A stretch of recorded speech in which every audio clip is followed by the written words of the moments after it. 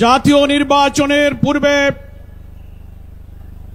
গণভোটের মধ্য দিয়ে জুলাই জাতীয় সনদের আইনি ভিত্তি প্রদান সহ 5 দফা গণদাবিতে আজকের ঐতিহাসিক পল্টন মোড়ে এই জনসমুদ্রের সম্মানিত সভাপতি, বাংলাদেশের মুসলিম উম্মার ঐক্যের অন্যতম রাহবার পীর সাহেব চরমনাই ইসলামী আন্দোলন বাংলাদেশের সম্মানিত আমির, আজকে মঞ্চে উপবিষ্ট এই জনসমুদ্রের সম্মানিত প্রধান অতিথি বাংলাদেশ জামাত ইসলামীর সম্মানিত আমির মজলুম জননেতা ডাক্তার শফিকুর রহমান, আজকের এই জনসমুদ্রের সম্মানিত বিশেষ অতিথি বাংলাদেশের বরেণ্য আলেম দ্বীন, বাংলাদেশ খেলাফত মজলিসের সংগ্রামী আমির আল্লামা মামুনুল হক সাহেব, আজকের এই ইতিহাস সৃষ্টিকারী মঞ্চে উপবিষ্ট সম্মানিত জাতীয় নেতৃবৃন্দ, সাংবাদিক বন্ধুগণ, আমার প্রিয় দেশবাসী ভাই সব, আমরা আজকে দেখতে পাচ্ছি বাংলাদেশের রাজনীতির ইতিহাসে স্বাধীনতার 54 বছর পর ঐতিহাসিক পল্টন মোড়ে এই বিশাল যে মহাসমাবেশ, এটা আগামী দিনের রাজনীতির একটি মাইল ফলক হয়ে থাকবে। এটি মুসলিম উম্মার ঐক্য, দেশপ্রেমিক মানুষের জাতীয় ঐক্য। একটা কথার জন্য আজকে জাতি অপেক্ষা করছে, একটি অবাধ সুষ্ঠু নিরপেক্ষ নির্বাচনের জন্য সরকারের গঠিত জাতীয় ঐক্যমত্য কমিশন প্রায় 9 মাস চেষ্টা করে সাংবিধানিক, রাজনৈতিক, প্রশাসনিক, বিচার বিভাগীয় নানান সংস্কারের মধ্য দিয়ে আমরা যখন প্রায় একমত হয়েছি আগামী 26 ফেব্রুয়ারির নির্বাচনের জন্য, তখন একটি মহল থেকে ষড়যন্ত্র শুরু হয়েছে। সেই ষড়যন্ত্রের সূত্র ধরেও আজকে দিল্লির ষড়যন্ত্রে আগামী 13 তারিখে শাটডাউনের নামে নতুন নাশকতার পরিকল্পনা করা হচ্ছে।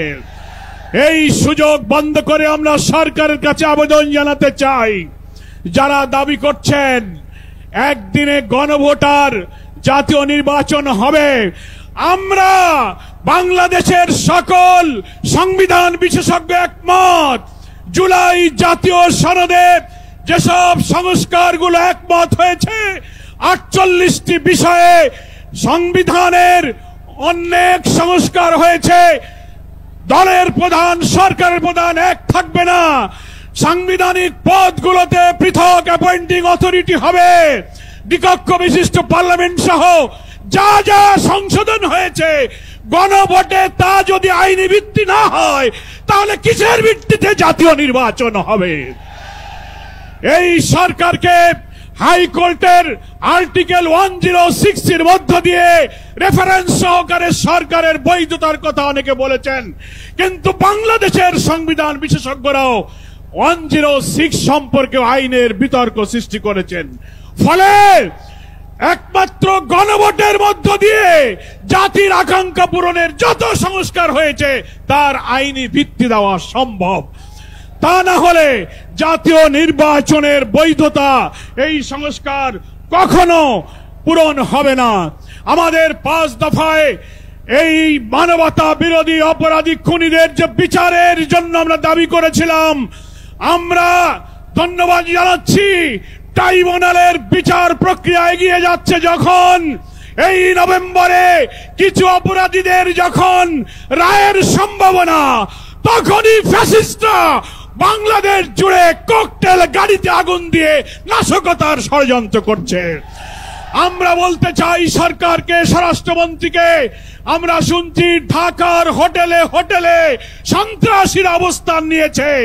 আপনারা অভিযান চালিয়ে ফ্যাসিস্টদের দোষরদেরকে গ্রেফতার করুন এবং অবিলম্বে আপনারা জুলাই সনদের আইনের ভিত্তির জন্য আগেই গণভোট দিন, তারপর ফেব্রুয়ারিতেই জাতীয় নির্বাচনের তফসিল ঘোষণা করুন। জাতি সরকারকে সহযোগিতা করবে। আজকে জাতীয় নেতৃবৃন্দ আগামী দিনের পথযাত্রা নির্দেশনা দেবেন। আপনাদের সকলকে 8 দলের এই ঐতিহাসিক প্রথম জাতীয় নেতৃবৃন্দ জাতির সামনে হাজির হয়েছেন। মহান আল্লাহর কাছে আমরা শুকরিয়া জানাই।